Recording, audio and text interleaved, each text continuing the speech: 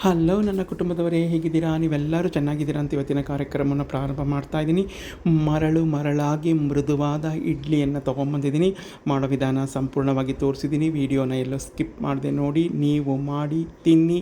ಹೇಗಿತ್ತು ಅಂತ ನಿಮ್ಮ ಅಭಿಪ್ರಾಯ ಅನಿಸಿಕೆಗಳನ್ನ ತಿಳಿಸಿ.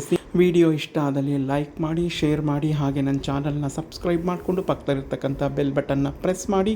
ನಾನು ಹಾಕೋ ವಿಡಿಯೋ ನೋಟಿಫಿಕೇಷನ್ ನಿಮಗೆ ಮೊದಲೇ ತಲುಪುತ್ತೆ. ನಿಮ್ಮ ಸಪೋರ್ಟ್ ಕೂಡ ನನಗೆ ಸಿಗುತ್ತೆ ಅಂತ ಹೇಳ್ತಾ ಇವತ್ತಿನ ಕಾರ್ಯಕ್ರಮವನ್ನು ಪ್ರಾರಂಭ ಮಾಡ್ತಾ ಇದ್ದೀನಿ. ಬನ್ನಿ, ವಿಡಿಯೋ ಕಂಟಿನ್ಯೂ ಆಗುತ್ತೆ. ಸ್ನೇಹಿತರೆ ನೋಡಿ, ಇಲ್ಲಿ ನಾನು ಮಾಮೂಲಿ ನಿಮಗೆ ತೋರಿಸ್ತೀನಲ್ಲ ಗ್ಲಾಸ್, ನನ್ನ ಅಳತೆ ಗ್ಲಾಸ್. ಈ ಗ್ಲಾಸ್ನಲ್ಲಿ 1 ಗ್ಲಾಸು ಉದ್ದಿನ ಬೇಳೆಯನ್ನು ತೊಗೊಂಡಿದ್ದೀನಿ. ಉದ್ದಿನ ಕಾಳಿದ್ರೆ ನಡೆಯುತ್ತೆ. ಹಾಗೆ 1/4 ಗ್ಲಾಸು ಸಬ್ಬಕ್ಕಿಯನ್ನು ತೊಗೊಂಡಿದ್ದೀನಿ.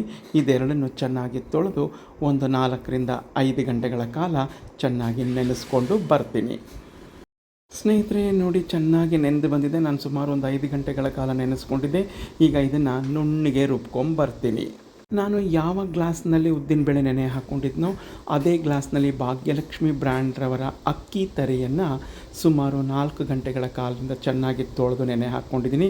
ಉದ್ದಿನಬೇಳೆ ರುಬ್ಬಾದಮೇಲೆ 3 ಗ್ಲಾಸ್ ಅಷ್ಟು ಅಕ್ಕಿ ತರಿಯನ್ನು ನೆನೆಸ್ಕೊಂಡಿದ್ದೀನಿ. ನಾನು ಒಂದು ಗ್ಲಾಸ್ ಉದ್ದಿನಬೇಳೆಗೆ 3 ಗ್ಲಾಸ್ ಅಕ್ಕಿ ತರಿ. ಇಡ್ಲಿ ರವೆ ಆದರೂ ಸರಿ 3 ಗ್ಲಾಸು. ಈಗ ಇದನ್ನು ರುಬ್ಬಾದಮೇಲೆ ಇದನ್ನು ನೀರನ್ನು ತೆಗೆದು ಇದಕ್ಕೆ ಹಾಕ್ಕೊತೀನಿ. ನೋಡಿ, ಉದ್ದಿನಬೇಳೆ ಎಲ್ಲ ರುಬ್ಬಾಗಿ ಅದಕ್ಕೆ ನಾನು ನೆನೆಸಿಟ್ಕೊಂಡಿದ್ದಂಥ ಅಕ್ಕಿ ನೀರನ್ನೆಲ್ಲ ಸೋರು ಹಾಕಿ, ಅಂದರೆ ಹಿಂಡಿ ನೀರನ್ನೆಲ್ಲ ತೆಗೆದು ನಾನು ಈ ಅಕ್ಕಿ ತರಿ ಒಳಗಡೆ, ಈ ಉದ್ದಿನಬೇಳೆ ಒಳಗಡೆ ಮಿಕ್ಸ್ ಮಾಡಿಕೊಂಡು ಉಪ್ಪು ಹಾಕಿ ತಿರುವಿಟ್ಟಿದ್ದೀನಿ. ನಾಳೆ ಬೆಳಗ್ಗೆ ನಿಮಗೆ ಇದನ್ನು ಶೇರ್ ಮಾಡ್ತೀನಿ. ಉದ್ದಿನಬೇಳೆ ರುಬ್ಬಿದ ಮೇಲೆ ನಾವು ಅಕ್ಕಿ ತರಿ ನೀರನ್ನೆಲ್ಲ ಸೋರು ಹಾಕಿ ಹಿಂಡಿ ಹಾಕ್ಕೋಬೇಕು. ಶುಭೋದಯ ಸ್ನೇಹಿತರೆ. ನೋಡಿ, ಹೀಗೆ ಮುಚ್ಚಿಟ್ಟಿದ್ದೆ ನಾನು. ಸಪ್ರೇಟಾಗೇನು ತೆಗೆದಿಟ್ಟಿಲ್ಲ. ಮೇಲ್ಗಡೆ ಸೆಲ್ಫ್ ಮೇಲೇ ಒಂದು ತಟ್ಟೆ ಮುಚ್ಚಿ ಅದಕ್ಕೆ ಒಂದು ಮೇಲ್ಗಡೆ ನೀರಿನ ಚೆಂಬು ಇಟ್ಟು ನಾನು ಹೀಗೆ ಭದ್ರವಾಗಿ ಮುಚ್ಚಿಟ್ಟಿರ್ತೀನಿ. ಗಾಳಿ ಹಾಡದೇ ಇದ್ದಂಗೆ ನೋಡಿ ಉಬ್ಕೊಂಬಂದಿದೆ. ಈ ಹದದಲ್ಲಿದ್ದರೆ ಸಾಕು. ಈಗ ನಾವು ಇದನ್ನು ಸಂಪಣವನ್ನು ರೆಡಿ ಮಾಡಿಕೊಂಡು ಇಡ್ಲಿಯನ್ನು ಮಾಡೋಣ. ಮೃದುವಾಗಿ ಮರಳಾಗಿ ತುಂಬ ಚೆನ್ನಾಗಿ ಬರುತ್ತೆ. ಸ್ನೇಹಿತರೆ, ಇಡ್ಲಿ ಸಂಪಣ ಎಲ್ಲ ಹದ ಮಾಡ್ಕೊಂಡಿದ್ದೀನಿ. ಈಗ ಇಡ್ಲಿ ತಟ್ಟೆಗಳನ್ನ ತೊಗೊಂಡಿದ್ದೀನಿ. ಪಾತ್ರೆಯಲ್ಲಿ ನೀರು ಹಾಕಿ ನಾನು ನೀರು ಕಾಯಕ್ಕಿಟ್ಟಿದ್ದೀನಿ. ಇದಕ್ಕೆಲ್ಲ ಎಣ್ಣೆ ಸವರ್ಕೊಂಡಿದ್ದೀನಿ. ನೀವು ತುಪ್ಪ ಬೇಕಾದ್ರೂ ಸವರ್ಕೊಳ್ಳಿ. ಇದನ್ನೆಲ್ಲ ಬಿಟ್ಟು ನಾನು ಇಡ್ಲಿ ಸಂಪಣವನ್ನು ಬಿಟ್ಟು ಬೇಯೋಕ್ಕಿಡ್ತೀನಿ. ಇಲ್ಲಿ ಪಕ್ಕದಲ್ಲಿ ಮನೆ ಕನ್ಸ್ಟ್ರಕ್ಷನ್ ನಡೀತಾ ಇದೆ.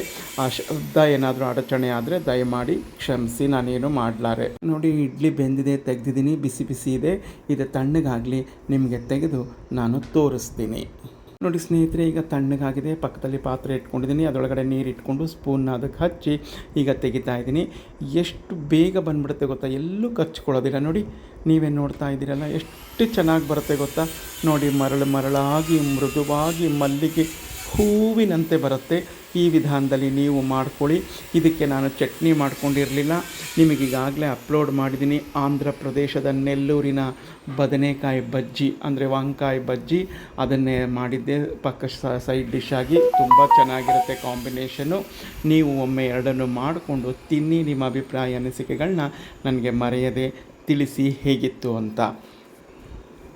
ನೋಡಿ ಸ್ನೇಹಿತರೆ, ಮರಳಾದ ಇಡ್ಲಿಗೆ ಆಂಧ್ರ ಪ್ರದೇಶದ ನೆಲ್ಲೂರಿನ ಪ್ರಸಿದ್ಧ వంకాయ ಬಜ್ಜಿ ಮಾಡಿಕೊಂಡಿದ್ದೆ. ಇದನ್ನು ವಿಡಿಯೋ ಅಪ್ಲೋಡ್ ಮಾಡಿದ್ದೀನಿ, ಮೊನ್ನೆನೇ ನೋಡಿ.